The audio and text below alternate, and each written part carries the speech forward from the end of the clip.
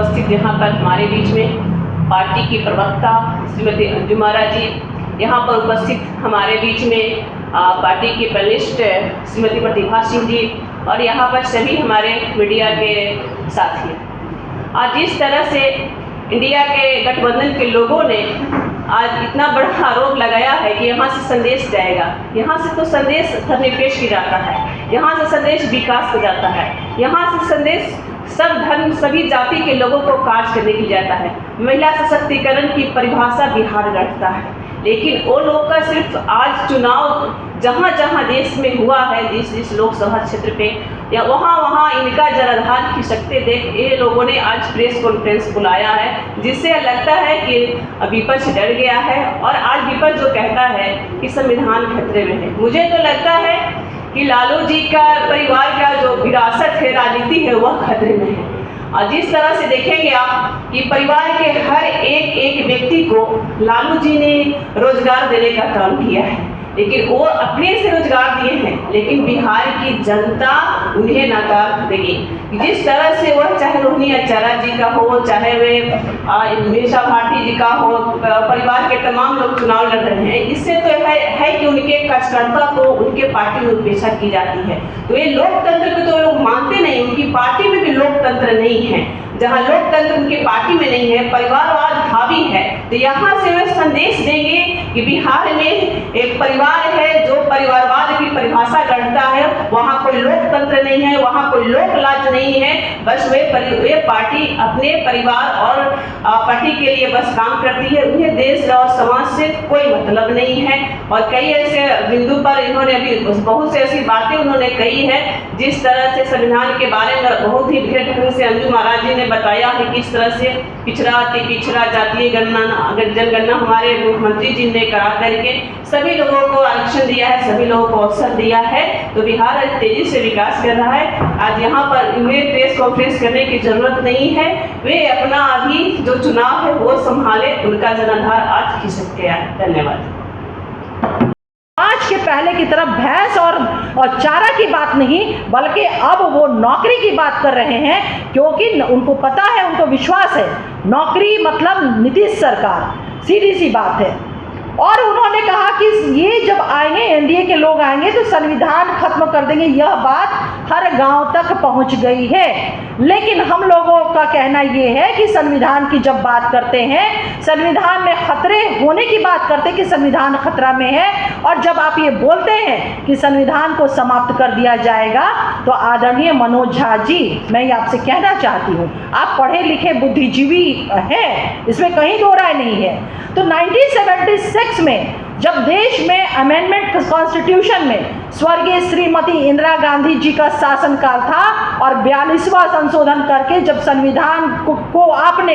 मैं कहूँ कि एक तरह से आपने हत्या करने का काम किया था, जो मौलिक अधिकार बाबा साहेब भीमराव अंबेडकर ने देश के नागरिकों को दिया था, उसे खत्म करके आपने डायरेक्टिव प्रिंसिपल को आपने प्रायोरिटी दे दी थी। तो आप ये बताइए कि संविधान जो है किसके कारण खतरे में हुआ। दूसरी बात, 42वें संशोधन में श्रीमती इंदिरा गांधी जी ने, और जो जुडिशरी हमारे देश में सब कोई जानता है कि सर्वोच्चता संसद की नहीं बल्कि कॉन्स्टिट्यूशन की सर्वोच्चता है, और जब कॉन्स्टिट्यूशन की सर्वोच्चता हमारे मुल्क में है तो उसका इंटरप्रिटेशन करने का अधिकार जो है वो ऑनरेबल सुप्रीम कोर्ट को है। लेकिन आप लोग को जान करके ताज्जुब होगा, और उस प्रेस कॉन्फ्रेंस में विपक्ष के प्रवक्ताओं ने इस बात को कहीं ना कहीं बोलने से वो बच गए। इस बात को उन्होंने नहीं कहा कि जब सुप्रीम कोर्ट की सर्वोच्चता है, न्यायपालिका की सर्वोच्चता है, तो फिर देश में ऑनरेबल हाई कोर्ट की और ऑनरेबल सुप्रीम कोर्ट की जो शक्ति संविधान ने दिया था, बाबा साहेब भीमराव अंबेडकर ने दिया था, उसे आपने कम करने का दुस्साहस श्रीमती इंदिरा गांधी जी ने क्यों किया था। और आपको मैं बता दूं कि उस दौर में 42वें संशोधन इतना वो विवादास्पद संशोधन रहा कि ऑनरेबल सुप्रीम कोर्ट ने एक मामले में मिनर्वा मिल्स एक केस था, उस केस ने शून्य घोषित किया। और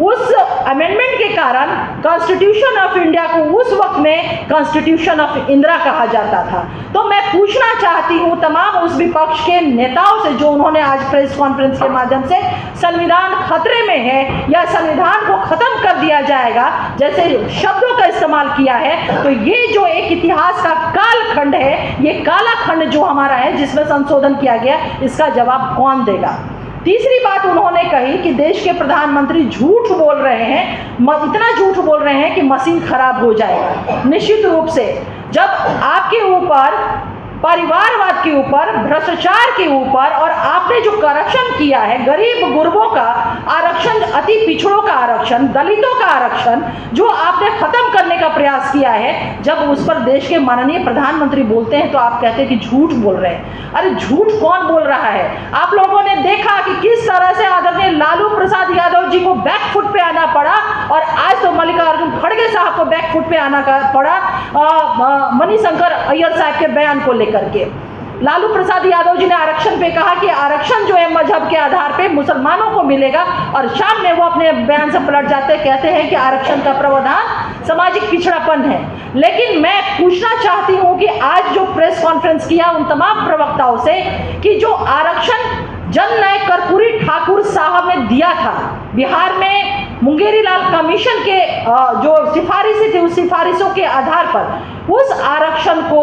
खत्म करने का ऐलान आदरणीय लालू प्रसाद यादव जी ने किया था और हमारे नेता नीतीश कुमार जी ने कहा था कि जब तक मैं हूँ कर्पूरी मॉडल जो आरक्षण का है उसे कोई समाप्त नहीं कर सकता है। तो लालू प्रसाद यादव जी या राष्ट्रीय जनता दल के जो लोग हैं वो आरक्षण सिर्फ परिवार के अंदर आरक्षण हो उसके हिमायती है। पिछड़ों का आरक्षण, दलितों का आरक्षण, अति पिछड़ों का आरक्षण, इस आरक्षण को वो समाप्त करने का उन्होंने प्रयास किया है। तो ये तमाम वो विषय हैं जिसपे विपक्ष जो है वो चुप रहा है, खामोश रहा है, चाहे वो संविधान खत्म करने के मामले हो, कालखंड को देखिए तो संविधान को खतरा इनके कारण हुआ है, आरक्षण का मामला हो, जननायक कर्पूरी ठाकुर ने जो आरक्षण लागू किया मुंगेरी लाल कमीशन सिफारिश के आधार पर उसे खत्म करने का ऐलान आदरणीय लालू प्रसाद यादव जी ने किया। रही बात परिवारवाद की, तो राजनीति में जिस सूचना की बात हमारे महापुरुषों ने, बाबा साहेब भीमराव अंबेडकर ने, लोहिया ने, जननायक कर्पूरी ठाकुर साहब ने जिसको स्थापित किया और ये कहते हैं कि जननायक कर्पूरी ठाकुर के मैं शिष्य हूँ। जननायक कर्पूरी ठाकुर के आप शिष्य होते तो पत्नी, पुत्री और पुत्रों को ही सिर्फ राजनीतिक पोषण करने का आप प्रयास नहीं करते। आप देख लीजिए ना, टिकट बंटवारा हटा दीजिए, राजनीतिक एकोमोडेशन की बात हटा दीजिए। जब कैंपेन करने का भी मामला आया ना तो आदरणीय लालू प्रसाद यादव जी ने जो भी प्रत्याशी थे राष्ट्रीय जनता दल के, अर्चना रविदास जी थी, औरंगाबाद के प्रत्याशी थे कुशवाहा जी, या फिर ये तमाम लोग, इन लोगों के कैंपेन में आदरणीय लालू प्रसाद जी नहीं गए। बीमा भारती जी जो पूर्णिया से प्रत्याशी थी, इनके लिए इन्होंने घर से बैठ करके वोट मांगने की अपील की, लेकिन जब अपने पुत्री का कैंपेन का प्रश्न हुआ तो ये ऑनरेबल सुप्रीम कोर्ट ने उनको बेल जो दिया था वो स्वास्थ्य के आधार पर दिया था, लेकिन ऑनरेबल सुप्रीम कोर्ट के बेल जिस कारण से, जिस ग्राउंड पे दिया गया उसको भी ये खंडित कर दिए क्योंकि बेटी का जो है कैंपेन करना था। तो लालू प्रसाद यादव जी भ्रष्टाचारवाद में, परिवारवाद में आकंठ तक डूबे हुए हैं और जब इस पे हमारे नेता आदरणीय नीतीश कुमार जी या फिर देश के माननीय प्रधानमंत्री श्री नरेंद्र मोदी जी जब प्रहार करते हैं तो ये कहते हैं कि झूठ की मशीन है। तो आज का जो विषय हमारा बेसिकली था प्रेस कॉन्फ्रेंस का, इन्हीं विषयों पे था और मैं आगे की बात आपके समक्ष रखने के लिए श्रीमती श्वेता विश्वास जी जो हमारी पार्टी की मीडिया पैनलिस्ट है, मैं उनसे आग्रह करूँगी।